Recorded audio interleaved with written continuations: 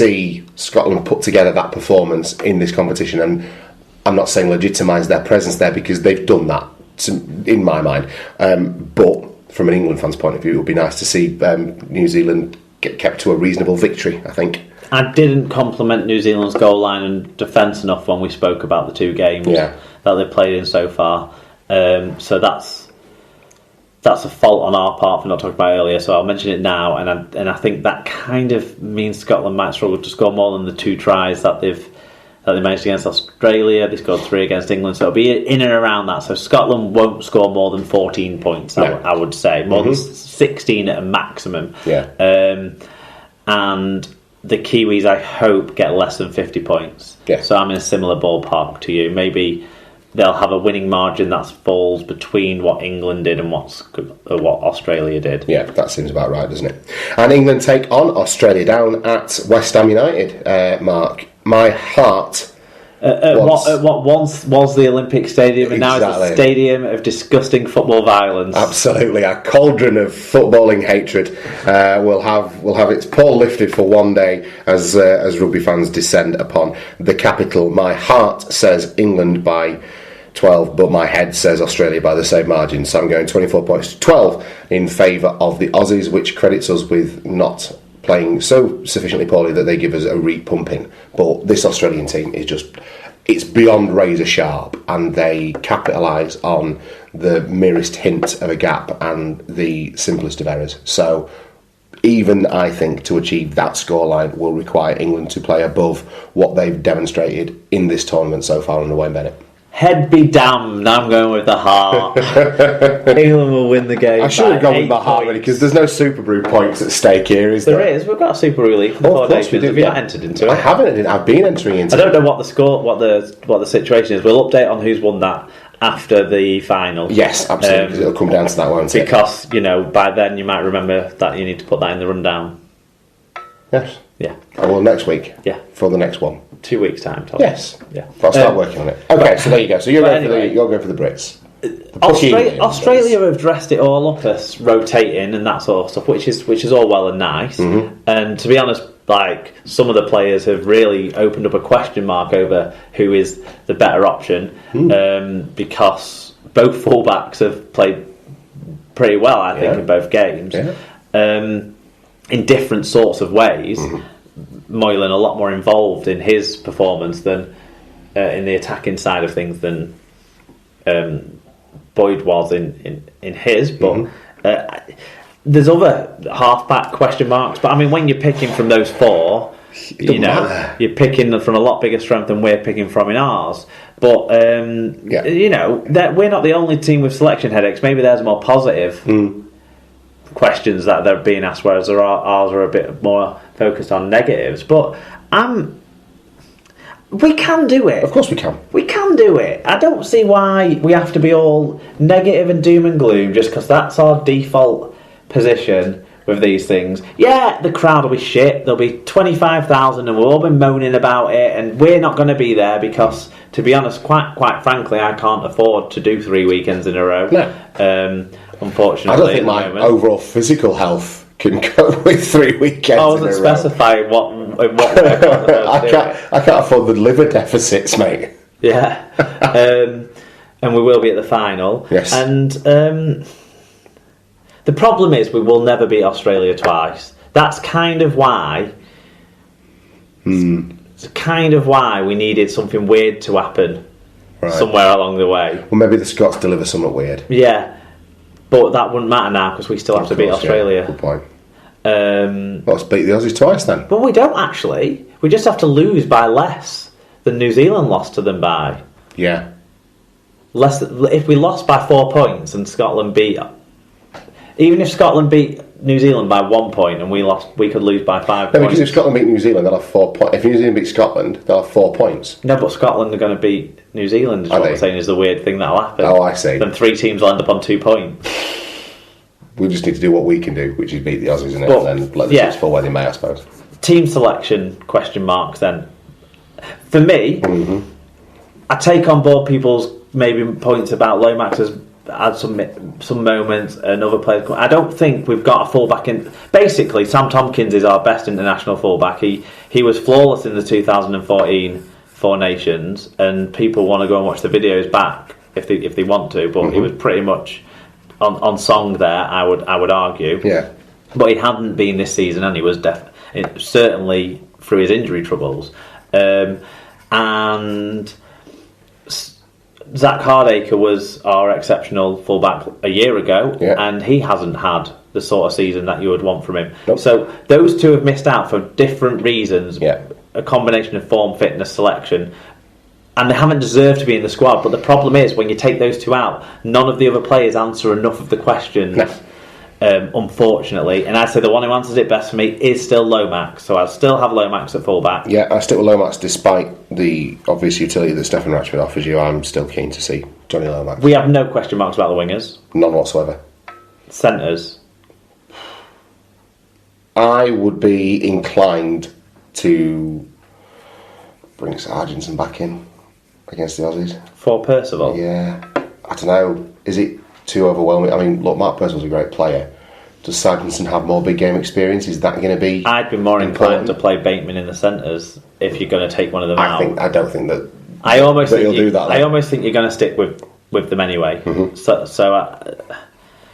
I think we stay with that, don't we? So the same three quarters, half-backs, Williams and Widdop. Yeah. Is there a question? Is there any other way of looking at it at this stage? You've got to put Widdop. As much as I want to, Luke Gale hasn't done enough, so you've got to put Widdop back in for his experience and being a superior player on paper.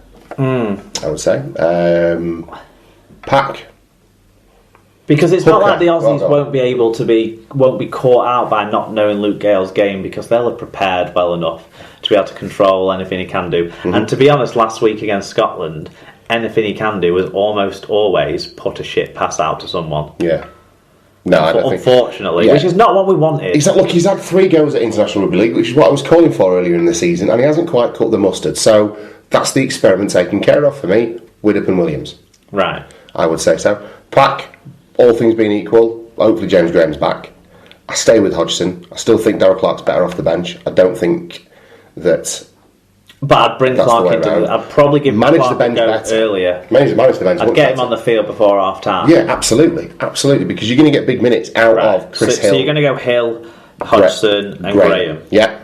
In the back row, I'm going to stick with Farrell and Whitehead. Right. Personally, Whitehead you can't take Whitehead out, but I like John Bateman. Right. So maybe I'm just letting my heart rule my head. So we put John Bateman on the bench. Yeah, that'll do. And then Sam Burgess at 13. Because even though he's not lit it up, he's still made massive metres, worked tirelessly in both games, and he's still. He's not had the best Four Nations of his life, but he's still played phenomenally well by all measurables. By everyone else's measure. Just not by his measure. So my bench then would be Cooper. Yeah. Tom Burgess. Yes. Darryl Clark. Yeah. And John Bateman. Yeah, can't argue with that. I won't have George. You then have the option of swapping up in the centres if you feel like we want to shore something up there at some point. Yeah. You have the option of rotating the back row with a bit more fluidity. Mm-hmm. I think that with Bateman there rather than the weird sort of Cooper and Sam Burgess switches. Yeah. Yeah. No, are we in pretty much agreement? Yeah, in fact we do. I think we agree. The only thing, we disagreed on centres, didn't we? Yeah, you were sort of leaning towards bringing Sargentson back in. I don't know. Do you know what? I don't think you did enough. There's obvious fitness questions over, and that's why you missed out last week. Yeah, and I love Mark Percival. How much do I rave about Mark Percival? Well, yeah, and also Sargentson's body just isn't. I said this. Yeah. I said this. This is why he shouldn't have been picked. His body, he's broken. Isn't he? Has been battered this year. Yeah. No more so than in the grand final. Yeah. I think he's done himself a physical disservice by putting his hand up to be in this squad. But you can understand why he did. Yeah, of course. Fuck it, Percival. He's a great player, and I really rate him. I just Sargentson's experience. But if he's not fit, experience don't count for anything, does it? So there you go. Sorted. We could win and it's going to happen, and we're going to win. Absolutely. The problem, like I say, the problem is we can't beat them twice. Who knows? Who says we can't? We're going to have to. Who says we can't? When was the last time we beat them? We haven't beaten Australia once for 10 years. Yeah, I know. Right? I know the stat. We haven't beaten them twice. Yeah. Because we didn't beat them twice when we won the World Cup in No, we didn't. 72, wasn't Yeah, it? we drew with them, didn't we? drew with them in the final, but we beat them in the early rounds. Yeah. So we won on countback. Yeah. So I don't know. Maybe I can't think back to when was the last time I got 50s. Maybe so. Yeah. When was the last Ashes? Was 60? Yeah, without the internet to bring up, this really tests stuff that happened ruining before my parents were born. Ruining you. Potentially. Let's just say. Let's say. Yeah, well, we know it. 69. Well, these records are meant to be broken. Yeah. Look at the Chicago Cubs, Mark. Look at Leicester City. Yeah. These things happen. These things happen in sports. Who knows? Right, that's your Super League pod. First part of the Four Nations specials taken care of. All that remains for us to do is to wrap up the show.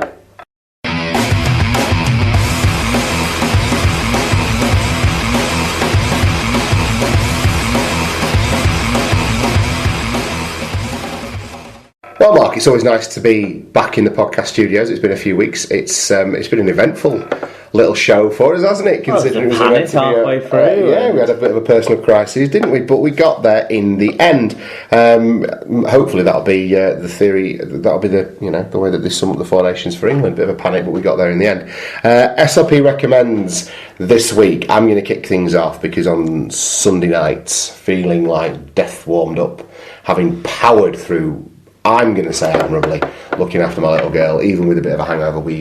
I sucked it up and did some stellar parenting. Got her into bed, hair washed. I absolutely do say so myself. I take great pride in it, and I say this. There's no joke here. I absolutely powered through getting back. I then promptly got a shower and collapsed onto the couch in a heap, and I ate the spaghetti bolognese that my old girl had made for me that I couldn't face at lunchtime. Warmed up with a bit of garlic bread, and I watched Planet Earth 2, the second, I'd say second series, but the second instalment of that remarkable documentary series of David Attenborough's on BBC in high definition, and just marvelled, and not only at the glory of our planet and at the variety of species that we share space with, but also at the skill and technical ingenuity involved in putting this together across the globe for one episode, and there's 6 of them, I believe, in the series.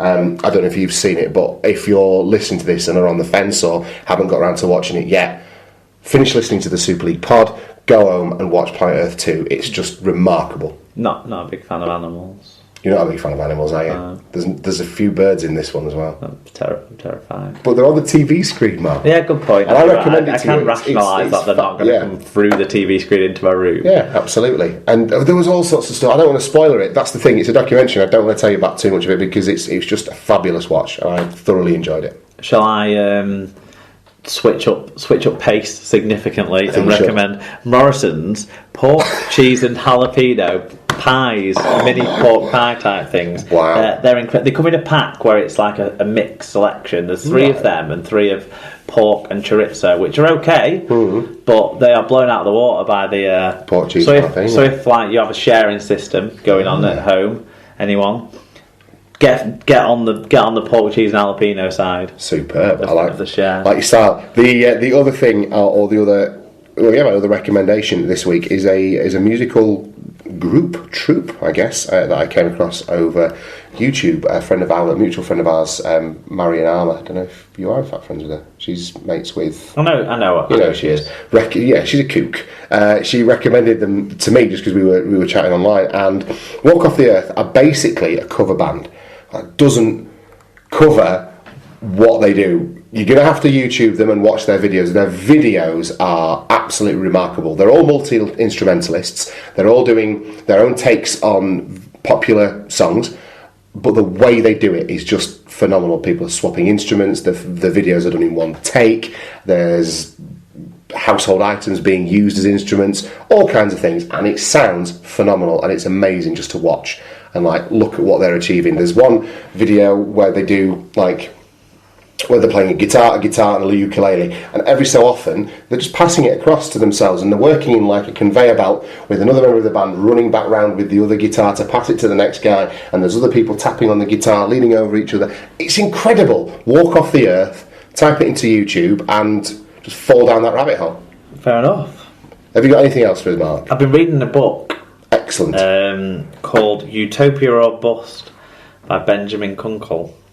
It's basically a collection of essays about left-wing Marxist views of the